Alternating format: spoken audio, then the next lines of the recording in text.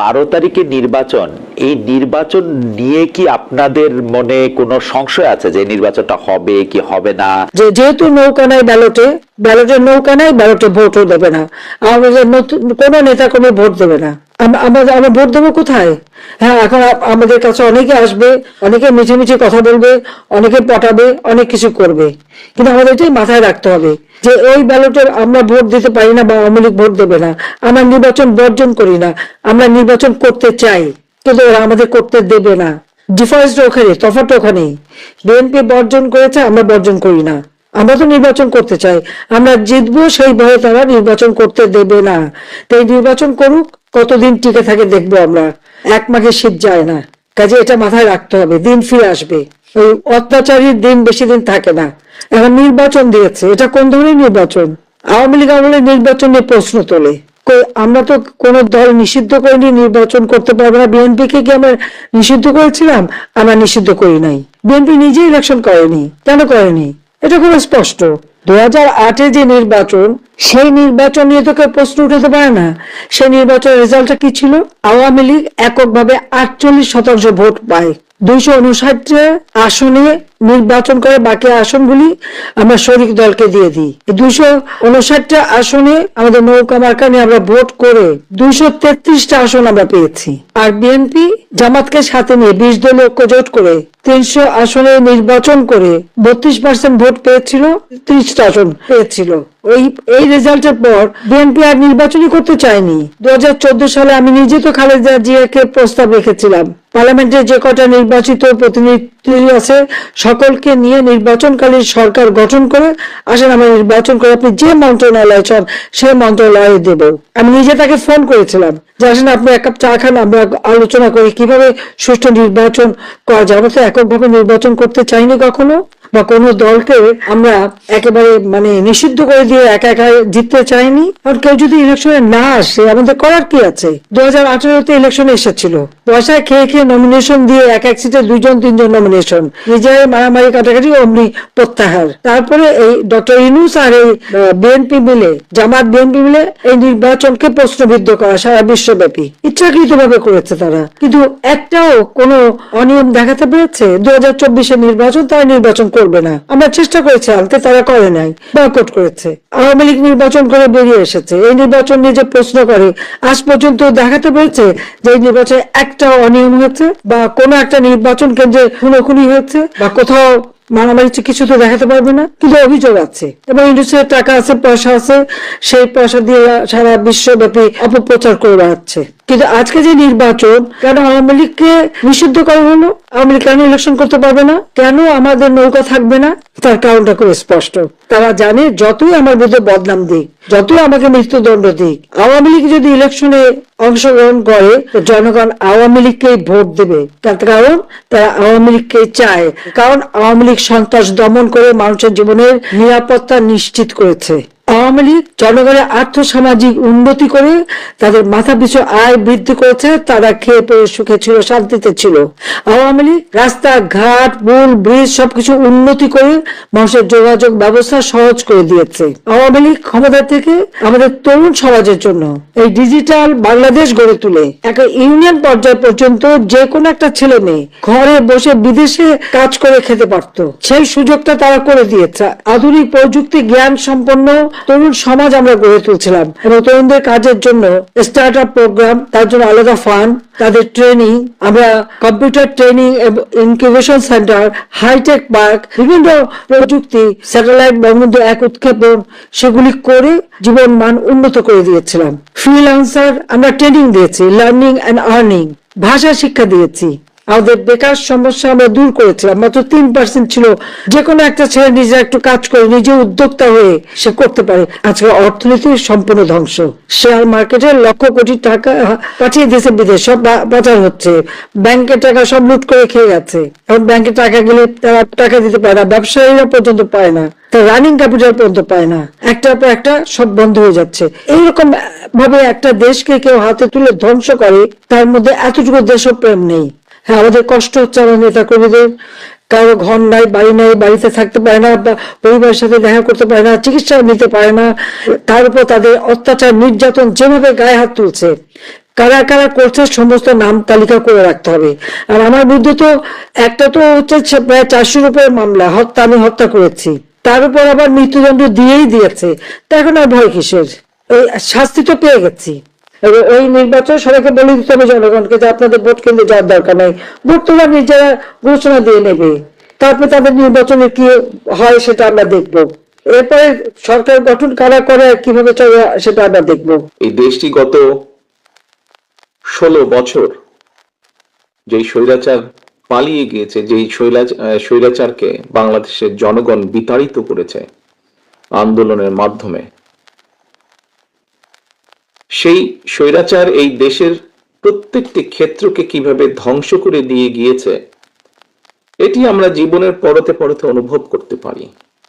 কিভাবে দেশের অর্থনৈতিক ব্যবস্থা ভেঙে দিয়ে গিয়েছে, কিভাবে দেশের আইন শৃঙ্খলা ভেঙে দিয়ে গিয়েছে, কিভাবে দেশের শিক্ষা ব্যবস্থাকে ধ্বংস করে দিয়ে গিয়েছে, কিভাবে দেশের স্বাস্থ্য ব্যবস্থাকে ধ্বংস করে দিয়ে গেছে, কিভাবে দেশের প্রাকৃতিক অবস্থাগুলোকে, নদী, নালা, খাল, বিল, বন, জঙ্গলকে ধ্বংস করে দিয়ে গিয়েছে, কিভাবে দেশের কৃষি, যেটাই বলি না কেন, সবকিছুকে যেভাবে ধ্বংস করে দিয়ে গিয়েছে, এর ভুক্তভোগী কিন্তু এই দেশের মানুষ।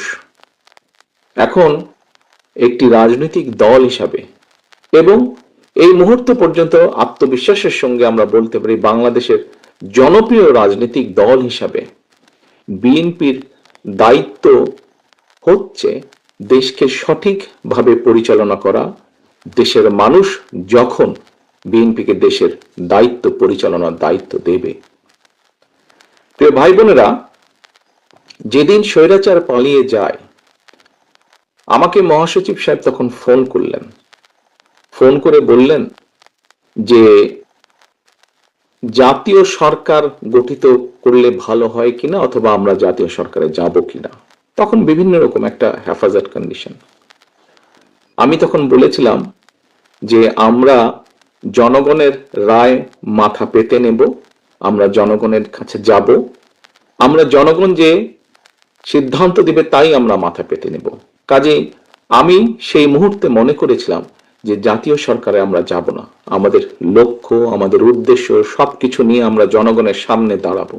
আমরা স্লোগানে বলি যে জনগণই আমাদের সকল ক্ষমতার, রাজনৈতিক ক্ষমতার উৎস। কাজে জনগণই যদি আমাদের রাজনৈতিক ক্ষমতার উৎস হয়ে থাকে, তাহলে কেন আমরা জনগণের সামনে গিয়ে দাঁড়াবো না? আমাদের লক্ষ্য বলবো দেশকে নিয়ে, জনগণকে নিয়ে, আমাদের উদ্দেশ্য বলবো দেশকে নিয়ে, জনগণকে নিয়ে, এবং জনগণ যে সিদ্ধান্ত দিবে আমরা মাথা পেতে সে সিদ্ধান্ত নিব। প্রিয় ভাই বোনেরা, তোমাদের নিশ্চয়ই মনে আছে আজকে থেকে প্রায় 3 বছর আগে বাংলাদেশে তখনও স্বৈরাচার বিপুল দাপটে এই দেশকে, দেশের মানুষের বাক স্বাধীনতার গলা টিপে রেখেছে, দেশের মানুষের রাজনৈতিক অধিকারের গলা টিপে রেখেছে। কিন্তু সেই রক্তচক্ষুকে উপেক্ষা করে আমরা দেশের মানুষের সামনে সংস্কার প্রস্তাব দিয়েছিলাম, যেটি 31 দফা হিসাবে পরিচিত সকলের কাছে, তাই নয়? মনে আছে নিশ্চয়ই তোমাদের। এই 31 দফার মধ্যে তোমরা এই 31 দফা মানুষের কাছে নিয়ে গিয়েছ। আজকে আমরা 31 দফার ভেতর থেকে বিভিন্ন শ্রেণীর মানুষের কিভাবে আমরা ভাগ্যের পরিবর্তন ঘটাতে পারি সংক্ষেপে তোমাদের সামনে আজকে 8টি সাবজেক্ট উপস্থাপন করা হয়েছে। এর মধ্যে আছে, এখানে এক বোন বলেছে সে ক্ষুদ্র জনগোষ্ঠীর প্রতিনিধিত্ব হিসেবে বলেছে, তার প্রশ্নটি অন্যরকম ছিল। অন্য অনেকেই বলেছে, শিক্ষা নিয়ে বলেছে, অনেক কিছু নিয়ে বলেছে। দেখো, বাংলাদেশ যখন 1971 সালে স্বাধীন হয়, সেই স্বাধীনতা যুদ্ধে লক্ষ লক্ষ মানুষ যুদ্ধ করেছে, লক্ষ লক্ষ মানুষ প্রাণ দিয়েছে যুদ্ধে। অর্থাৎ দেশটি স্বাধীন করার জন্য কিন্তু লক্ষ লক্ষ মানুষকে এক কাতারে এসে দাঁড়াতে হয়েছে। আজকে আমরা দেশ গড়ার পরিকল্পনা, এই কাজটি যদি আমাদেরকে সফল করতে হয়, সারাদিন যে সকল বিষয় নিয়ে তোমরা আলোচনা করলে, এই কাজগুলোকে নিয়ে যদি আমাদের সফল করতে হয়, অর্থাৎ দেশকে যদি সামনে নিয়ে যেতে হয়, মানুষকে যদি তার অবস্থান পরিবর্তন করে ভালো অবস্থানে নিতে হয়, তাহলে আমাদের সকলকে কাঁধে কাঁধ মিলিয়ে কাজ করতে হবে। আমি গত 5ই আগস্টের পর থেকে আমি প্রায় 1 বছরের বেশি সময় ধরে বলে আসছি যে আমাদের সামনের সময়গুলো কিন্তু খুব ভালো নয়। সামনে অনেক কঠিন সময়ে অপেক্ষা করছে আমাদের জন্য। বিভিন্নভাবে বিভিন্ন রকম ষড়যন্ত্র বিভিন্ন জায়গায় হচ্ছে। এই ষড়যন্ত্র রুখে দিতে পারে এই দেশের জনগণ, এবং এই ষড়যন্ত্র জনগণকে নিয়ে সাথে রুখে দিতে পারে বিএনপি, বাংলাদেশ জাতীয়তাবাদী দল। এই ষড়যন্ত্র রুখে দেবার একমাত্র উপায় হচ্ছে গণতন্ত্র, গণতন্ত্র এবং গণতন্ত্র। আমরা যদি গণতন্ত্রকে প্রতিষ্ঠিত করতে পারি, যে কোনো মূল্যে জনগণের মতামতকে প্রতিষ্ঠিত করতে পারি, তাহলে অবশ্যই অনেক ষড়যন্ত্রকে আমরা রুখে দিতে পারবো। কিন্তু ষড়যন্ত্রকে রুখে দিতে পারলেও তারপরেও কিন্তু সামনে অনেক কঠিন সময়। একটু আগেই আমি বলেছি, এবং তোমরা নিজেরাও জানো, তোমরা আজকে ছাত্র দলের প্রতিনিধি হিসাবে এখানে প্রত্যেকে উপস্থিত আছো। ছাত্র হিসাবে তোমাদের নিজেদের ধারণা আছে, প্রত্যেকটি ক্ষেত্রে একটি অরাজকতা বিরাজ করছে। কাজে আমরা এখানে আজকে অর্থনীতি নিয়ে আলাপ করেছি। আমরা এখানে তরুণ যে সমাজ, কয়েকজন তোমরা প্রশ্ন করেছে, তরুণ যে সমাজ, তাদের সামনে সবচেয়ে বড় যে সমস্যাটি তাদের কর্মসংস্থানের বিষয়, এই কর্মসংস্থানের বিষয় নিয়ে আমরা আজকে এখানে আলাপ করেছি। আমরা দেশের মানুষের স্বাস্থ্য নিয়ে এখানে আলোচনা করেছি। আমরা এখানে দেশের যে অর্ধেক সমাজ নারী সমাজ, এই নারী সমাজকে কিভাবে এম্পাওয়ার্ড করা যায় এবং তাদের কন্ট্রিবিউশনকে সমাজের মধ্যে নিয়ে আসা যায়, এবং যেটার শুভ ফল দেশের অর্থনীতি, দেশের সমাজ ব্যবস্থা, পরিবার, স্বাস্থ্য সবকিছুর উপরে শুভ অবস্থাটা পড়বে, কিভাবে সেটা করা যায় তা নিয়ে আমরা আলোচনা করেছি। দেশের পরিবেশ নিয়ে আমরা আলোচনা করেছি। দেশের শিক্ষা ব্যবস্থা নিয়ে আমরা আলোচনা করেছি। কিভাবে শিক্ষা ব্যবস্থাকে আমরা গড়ে তুলতে পারি, কিভাবে শিক্ষকদেরকে আমরা গড়ে তুলতে পারি সুন্দরভাবে, কারণ শিক্ষকদেরকে যদি আমরা গড়ে তুলতে পারি তাহলে ভবিষ্যৎ শিক্ষা ব্যবস্থাকেও সুন্দরভাবে গড়ে তুলতে পারবো। কিন্তু এই কাজগুলো করা কিন্তু কঠিন কাজ, নট ইম্পসিবল, কিন্তু অনেক কঠিন কাজ। এবং দেশ এবং জাতিকে যদি নেতৃত্ব দিতে হয় তাহলে অবশ্যই একটি পরিকল্পনা আমাদের সামনে থাকতে হবে। প্রিয় ভাই বোনেরা, তোমরা আজকে যখন এই হলে এসে বসেছো, তোমাদের আলোচনা শুরু হয়েছে। তোমাদের আলোচনা শুরু হওয়ার সময় তোমাদেরকে প্রত্যেকে একটা করে ফোল্ডার দেওয়া হয়েছে, এবং কিছুক্ষণ পরে, খুব সম্ভবত লাঞ্চের পরে, তোমাদের সকলকে আলাদা আবার হাতে হাতে একটা লিফলেট দেওয়া হয়েছে না তোমাদের? সেই লিফলেটের মধ্যে কি আছে? সেই লিফলেটের মধ্যে কি আছে আমি বলছি। আলাদা একটি লিফলেট তোমাদেরকে দেওয়া হয়েছে। এখানে সোহেল, আজকে যে অনুষ্ঠান পরিচালনা করছে আমাদের জয়েন্ট সেক্রেটারি সোহেল, তার বক্তব্যে সোহেল কিন্তু একটি গুরুত্বপূর্ণ কথা বলেছে। আমি ব্যক্তিগতভাবে বিশ্বাস করি একটি বিষয়, আমরা যতগুলো পরিকল্পনা নিয়েছি, এই পরিকল্পনাগুলোকে সফল করতে হলে যেরকম আমাদের যোগ্য ব্যক্তিদেরকে বিভিন্ন জায়গায় দায়িত্ব দিতে হবে, কিন্তু তার থেকে দুইটি বড় ইম্পর্টেন্ট বিষয় আছে, যেই দুইটি বিষয়কে যে কোনো মূল্যে আমাদেরকে অ্যাড্রেস করতে হবে। এবং এই দুইটি বিষয়কে যদি আমরা অ্যাড্রেস করতে না পারি, আমাদের পুরো জাতি এবং দেশ সংকটের মধ্যে পড়বে। কি দুটি বিষয়? এক, দুর্নীতি, যে কোনো মূল্যেই দুর্নীতির লাগাম টেনে ধরতে হবে। দুই, আইন শৃঙ্খলা পরিস্থিতি, যে কোনো মূল্যে আইন শৃঙ্খলা পরিস্থিতির লাগাম টেনে ধরতে হবে। দুর্নীতি ছেয়ে ফেলেছিল দেশকে, এবং 2001 সালে দায়িত্ব পাবার পরে কিভাবে খালেদা জিয়ার সরকার ধীরে ধীরে ধীরে ধীরে দুর্নীতির অবস্থার উন্নতি ঘটিয়েছিল, দুর্নীতি থেকে ধীরে ধীরে কিভাবে দেশকে বের করে নিয়েছিল, একটি আন্তর্জাতিক সংস্থার যে অ্যানালাইসিস, সেই অ্যানালাইসিস একদম পুরা সুন্দরভাবে তোমাদের সামনে তুলে দেওয়া হয়েছে সেই লিফলেটটার মধ্যে। কাজেই আমরা দৃঢ়ভাবে, অত্যন্ত আত্মবিশ্বাসের সঙ্গে বলতে পারি, এই বাংলাদেশে যদি দুর্নীতির লাগাম টেনে ধরতে পারে, তাহলে একমাত্র বাংলাদেশ জাতীয়তাবাদী